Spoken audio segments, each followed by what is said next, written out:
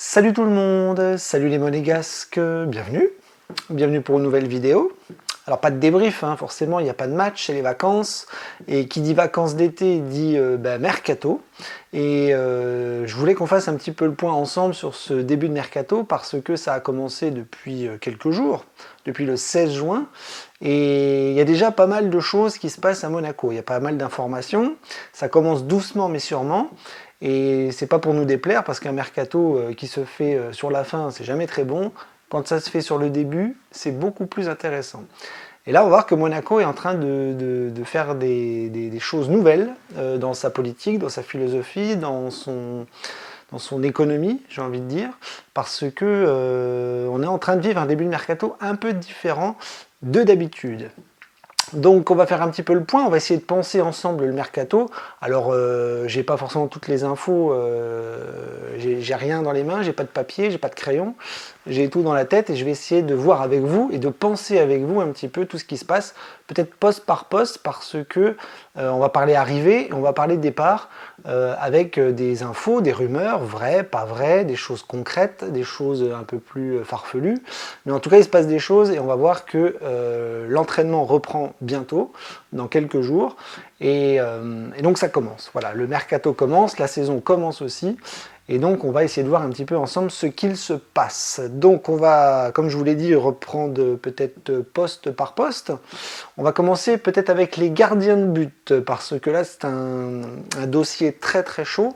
Monaco a clairement besoin d'un gardien. On a vu qu'avec Keun et Majeki, c'était des problèmes, des gros soucis, une gestion des gardiens pas bonne, avec des choix difficiles pour l'entraîneur, en savoir entre le Suisse et le Polonais, on avait du mal à trouver un titulaire et on s'est aperçu que ni l'un ni l'autre, ni Keun ni Majeki ne donnaient satisfaction, et donc cette saison on est clairement parti sur un nouveau gardien. Alors qui sera notre nouveau gardien?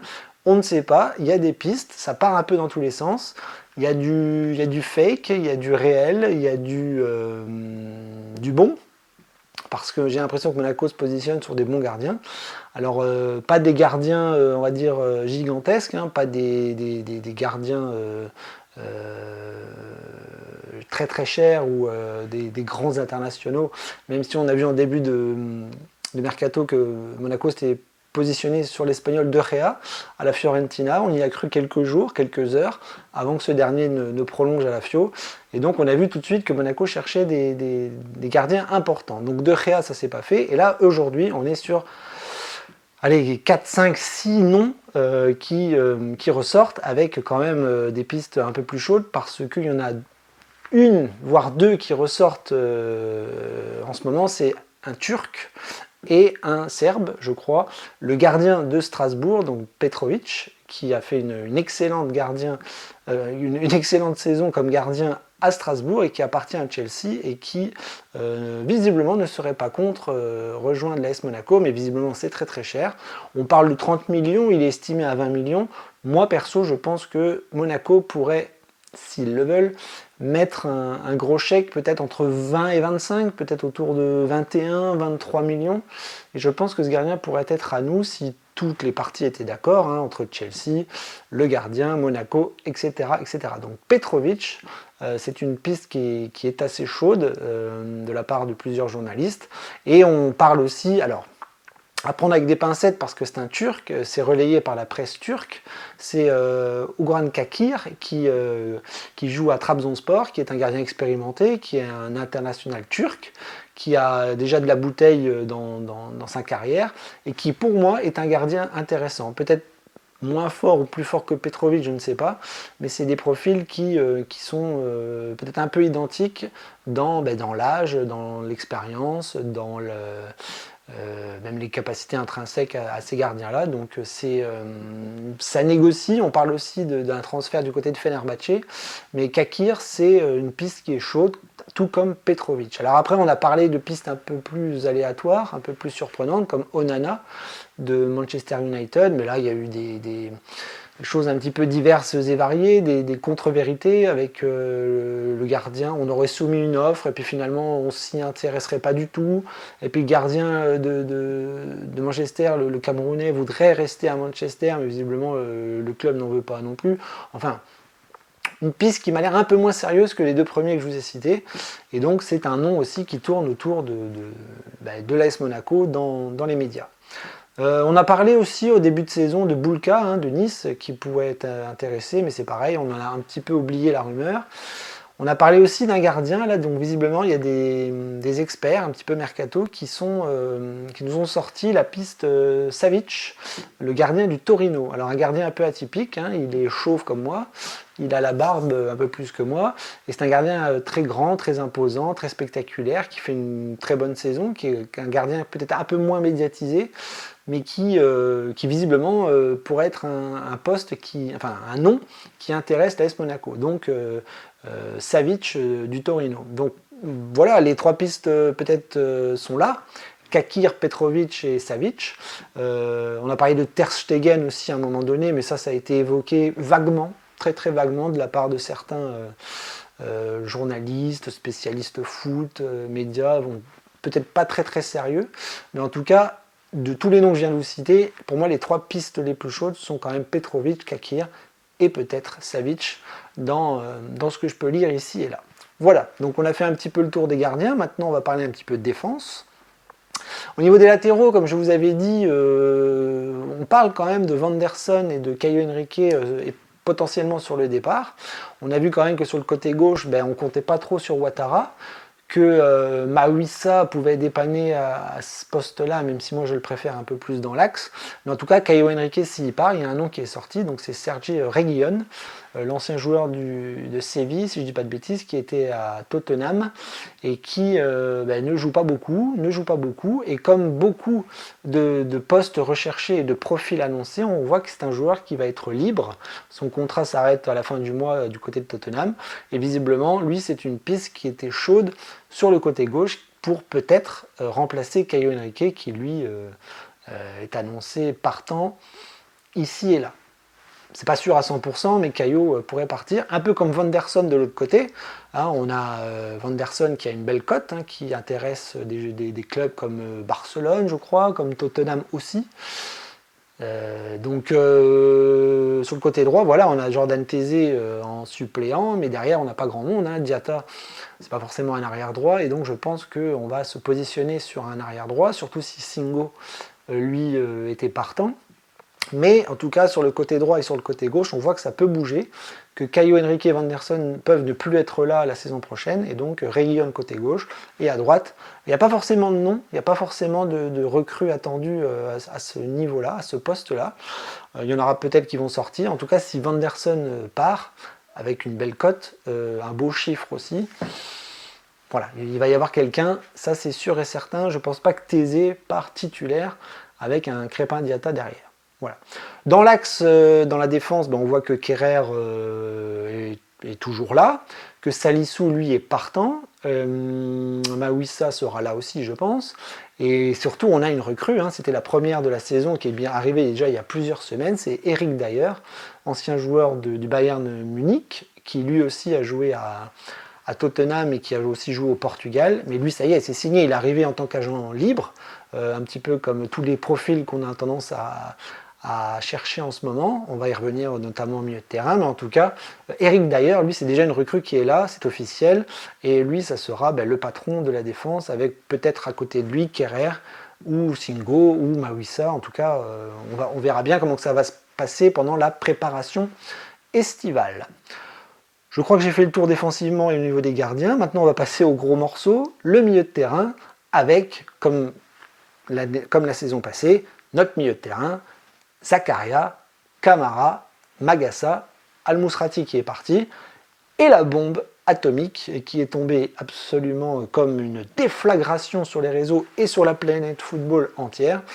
Eh bien, je vous le donne en mille, Paul Pogba va venir à Monaco. Alors, il va venir à Monaco, il y a un accord qui est trouvé, il va débarquer, mais pour débarquer, il va falloir qu'il réussisse sa visite médicale, parce que Paul Pogba, comme Eric Dyer, ben, c'est un joueur qui est libre, qui n'y a pas de montant de transfert à payer, c'est un salaire à gérer, et c'est surtout un joueur à remettre ben, en forme sur la scène football, parce qu'il ne joue pas depuis 2 ans, et que Paul Pogba, tout le monde le connaît, mais qui a 32 ans, et qui se retrouve quand même ben, dans un état de forme complètement inconnu. Son football, il l'a forcément pas perdu, parce que le football, ça ne s'oublie pas. Maintenant, il y a un état de forme qui pose question sur cette venue, parce que Paul Pogba, c'est une bombe de transfert avec un éclat médiatique, une aurée spectaculaire pour le club. C'est une star, c'est quelqu'un qui est connu sur la planète entière. C'est vraiment un choix assez risqué sur le plan footballistique, mais sur le plan médiatique, c'est un choix absolument assumé qui va faire beaucoup de bien à l'AS Monaco. Et maintenant, Paul Pogba, où en est-il? Ben, on va le savoir très vite, parce que là, on est lundi, on parle d'une arrivée la semaine prochaine. Donc je pense qu'il va arriver la semaine prochaine, ou peut-être fin de semaine, il va arriver sur Monaco, il va passer la visite médicale. Et si la visite médicale est réussie, ce qui serait déjà une excellente nouvelle, eh bien Pogba arrivera en tant que leader, en tant que star internationale footballistique, et puis il va faire un bien fou dans les vestiaires, dans l'équipe, auprès des jeunes, etc. Et on espère sur le terrain, parce que, comme je vous l'ai dit, physiquement, il a fini il y a 2 ans pas bien, blessé, dans des affaires judiciaires, dans des histoires de dopage, etc. Et donc ça, je ne vais pas revenir là-dessus. Moi, ce qui m'intéresse, c'est Paul Pogba aujourd'hui, à 32 ans, footballistiquement, qu'en est-il? C'est pas sur les réseaux sociaux qu'on peut juger l'état de forme d'un joueur. Physiquement, il a l'air d'être bien, mais sur le plan de l'enchaînement des matchs, sur les performances physiques que demande le haut niveau, et surtout à l'AS Monaco, parce que Monaco est un club de haut niveau qui va jouer la Ligue des Champions, qui va jouer tous les 3 jours, qui va devoir être très en forme sur le plan physique. Pogba, on va voir si il peut donner satisfaction dans un club comme le nôtre, avec une bonne nouvelle quand même, c'est s'il réussit la visite médicale, il sera là au début de la préparation, et donc lui il va monter crescendo, il va se préparer tout doucement, en espérant que les blessures n'arrivent pas trop vite, et surtout je pense qu'il va avoir un programme spécial, notre staff médical va le surveiller comme l'huile sur le feu, et il va monter petit à petit en puissance, en sachant qu'un Paul Pogba ne sera jamais en forme dans 1 mois, 2 mois ou 3 mois, c'est quelqu'un qui va peut-être retrouver une fraîcheur physique et une endurance, peut-être à la fin de l'année. J'ai entendu certains spécialistes qui parlaient de janvier, peut-être 6 mois pour le mettre d'équerre, pour le remettre d'aplomb, mais en tout cas, si Monaco travaille bien et que Pogba a un physique qui le laisse à peu près tranquille, ça peut être très intéressant. Ça ne sera jamais le Pogba de ses débuts ou de son prime, mais voilà, Pogba à Monaco, ça va au-delà du terrain, c'est quelque chose qui va nous amener de la lumière et beaucoup d'argent. Il faut bien le dire. Donc voilà, donc la bombe Pogba, ça c'est quasiment fait en attendant la visite médicale. Donc le milieu de terrain c'est réglé. Sur le plan offensif, au niveau des milieux offensifs, on a vu que on ne sait pas trop si l'arrivée de Pogba va pas donner des idées à des joueurs comme Akliouche. Ben Seguir, on ne l'annonce pas partant, et je pense qu'il sera là. Akliouche, lui, il est sur le départ, mais visiblement, il n'y a pas beaucoup de clubs qui se bousculent pour le prendre, parce que c'est cher. Et peut-être qu'il a encore une marge de progression qui pourrait être faite du côté de Monaco, mais en tout cas, il n'est pas encore parti, et on va voir si ça bouge dans les semaines qui viennent. Donc sur le plan offensif, on a envie de garder nos joueurs comme Akliouche et Ben Seguir. Golovin, on l'aimerait partant. Son agent n'a pas l'air très content. Il ne veut pas le voir partir, et on a l'impression que Golovin veut finir à Monaco éternellement. Il aime Monaco, il aime sûrement son salaire, ses conditions de vie, etc. Le problème, c'est que Golovin, il joue un match sur 4, sur 5, sur 6, il est souvent blessé. Et globalement, c'est pas un joueur qui n'est pas très rentable sur le plan sportif. Et donc moi je pensais qu'il était partant, mais son agent n'a pas l'air très chaud à le faire partir. Donc qui dit vrai, je ne sais pas. Mais en tout cas, on peut peut-être repartir avec lui s'il est en forme. Mais c'est un gros point d'interrogation. Minamino va sûrement rester. Et la deuxième bombe sur le mercato, c'est Ansu Fati. Alors Ansu Fati, c'est comme Pogba, c'est comme Eric Dyer, c'est pas des joueurs qu'on va transférer directement, on va pas mettre un gros paquet d'argent sur ce joueur-là. Là, il n'est pas libre, il appartient à Barcelone, mais on va le prendre en prêt. Et le problème du prêt, c'est que ça se battait un petit peu entre Barcelone et Monaco pour savoir qui allait prendre en charge son salaire. Ça a été compliqué pendant plusieurs jours, et là, cette semaine, visiblement, on nous explique que c'est bon, un accord est quasiment trouvé avec un prêt, avec une prise en charge raisonnable de son salaire du côté de Monaco. Donc ça a l'air de se décanter, donc Ansu Fati devrait arriver à Monaco aussi. Donc c'est comme Pogba, c'est comme Dyer, c'est un pari, c'est un joueur qui a commencé de façon tonitruante du côté de Barcelone, c'est un jeune joueur avec un potentiel énorme, un talent énorme, il a éclaboussé de son talent la planète football et le FC Barcelone quand il est arrivé vers l'âge de, je sais plus moi, 17, 18, 19 ans, je sais plus. Et après, il s'est un petit peu perdu, comme beaucoup, avec un temps de jeu réduit, des blessures. Il a même été prêté en Angleterre du côté de Brighton. Il a joué, je crois, 27 matchs pour 4 buts. Et on l'a un petit peu perdu dans son temps de jeu, dans sa rentabilité, dans son aura footballistique du côté de l'Espagne. Et donc, encore une fois, c'est un pari, comme Pogba, avec un Ansu Fati qui a 22 ans aujourd'hui et qu'il va falloir relancer, le faire jouer, ne pas le blesser, parce que j'espère que son corps n'est pas aussi fragile que celui de Pogba. Et en tout cas, c'est un pari qui n'est pas trop risqué, parce qu'on ne met pas, je ne sais pas combien de millions d'euros dessus. Et donc, on en attend beaucoup de la part d'un joueur qui a beaucoup de talent sur le plan offensif, qui joue côté gauche, voilà, qui a beaucoup de football dans les pieds, qui doit être relancé, qui a tout à Monaco pour réussir comme Pogba, hein, cadre de vie exceptionnel, des jeunes joueurs, pas trop de pression, des compétitions importantes comme la Ligue des Champions, la Ligue 1, etc., etc. Donc des choses voilà, qui peuvent être belles si le joueur se remet dedans, un peu comme Pogba, mais qui peut être risqué aussi si ça continue à ne pas fonctionner sur le plan physique, sur le plan football, etc., sur le mental aussi, la psychologie. Mais ça, on compte sur Adi Hütter et son staff pour mettre ces joueurs-là dans les meilleures conditions. Donc Ansu Fati, deuxième gros transfert à l'AS Monaco, qui, vous le voyez bien, part quand même sur des joueurs libres ou en prêt. Donc là, financièrement, pour moi, c'est très intelligent, c'est un peu risqué, mais c'est très intelligent sur le plan sportif et économique. Voilà. Au niveau des attaquants, pas grand-chose. On parlait d'un intérêt d'Embolo du côté de la Turquie, du côté de Beşiktaş, mais visiblement, lui non plus n'a pas très envie de partir. Donc pour l'instant, pas de rumeur au niveau des buteurs, hein. On part quand même sur Balogun, sur Biretz, sur Ilinikena et Embolo. Si Embolo part, on a quand même parlé de Boniface aussi, le joueur d'Allemagne qui joue, je ne sais plus, à Leverkusen. Je ne sais plus, j'ai un doute sur son club. Oui, ça doit être Leverkusen. Enfin, je ne veux pas dire de bêtises, mais je sais qu'il joue en Allemagne et que c'est un joueur qui est très intéressant.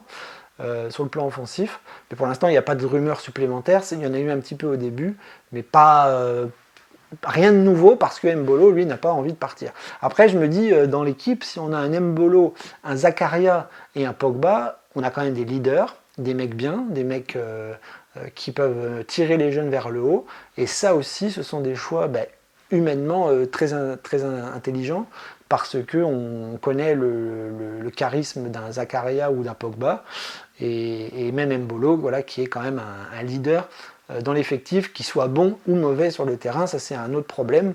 On a vu que l'année dernière, il était en grande difficulté quand il devait jouer numéro 9 ou seul devant. Mais ça c'est les aléas des saisons avec des blessures et des suspendus, mais ça on y reviendra plus tard. Donc voilà, donc j'ai fait le tour des rumeurs chaudes pour le moment. On voit bien que ça ne parle pas beaucoup de départ. Il n'y a pas de grand départ annoncé, si ce n'est Vanderson qui est partant, Akliouche qui est partant, Salissou qui est partant, Singo peut-être. Mais pour l'instant, il n'y a rien de chaud au niveau des départs. Il n'y a que des choses très chaudes au niveau des arrivées, avec des bombes nucléaires quand même, qui sont quand même l'arrivée de Pogba et d'Ansu Fati sous réserve de réussite de visite médicale, mais pour l'instant il se passe voilà, beaucoup de choses du côté de Monaco, les projecteurs sont tournés vers notre club, c'est plutôt pas mal parce que économiquement il va se passer plein de choses. Maintenant il faut que ça réussisse sur le terrain parce que si Pogba ça fait flop, si Fati ça fait flop, il va falloir construire quand même un effectif un peu plus sérieux et costaud, pas avec Pogba, pas avec Fati, mais autour de ces joueurs-là. Parce que des titulaires, on en a, parce que des valeurs sûres, on en a, et si elles restent, eh bien c'est sur eux qu'on va construire. Akliouche s'il reste, forcément, mais voilà, Zakaria c'est le capitaine, Lamine Camara c'est quand même un patron au milieu de terrain, il ne faut pas se mentir. Je ne pense pas que Pogba va prendre la place de titulaire tout de suite parce qu'il va lui falloir des mois, comme je vous l'ai expliqué, avant qu'il revienne. Donc voilà, il y a des cadres, il y a un groupe, il y a un noyau dur à Monaco. Et donc il faut construire autour de ça pour amener de l'expérience, des grands joueurs, des joueurs médiatiques. Et donc tout ça, c'est pensé aussi sur le plan économique et sur le plan sportif. Voilà. Donc, que dire de plus? J'ai fait le tour, hein. Les gardiens c'est fait, derrière c'est fait, au milieu de terrain c'est fait, devant c'est fait, et puis maintenant on va attendre la suite, hein, parce que le mercato vient à peine de commencer, et donc ça a commencé le 16 juin, et donc il va se passer encore beaucoup de choses, mais plus les recrues arriveront vite, mieux ce sera pour la préparation, et mieux ce sera pour la reprise du championnat au mois d'août. Voilà. Donc je vous laisse là-dessus, on se revoit peut-être dans un mois, je sais pas, parce que là, il se passe des choses. On va surveiller cette semaine les officialisations, en espérant des bonnes nouvelles la semaine prochaine, mais le mois de juillet va être aussi intéressant, notamment sur le plan des départs, mais aussi il y aura d'autres arrivées, comme je vous l'ai dit, on va avoir des surprises. Ça va arriver de partout, c'est le jeu du mercato et Monaco n'échappe pas à la règle. Je vous laisse et je vous dis à très vite pour un autre bilan mercato. Dagemunegu.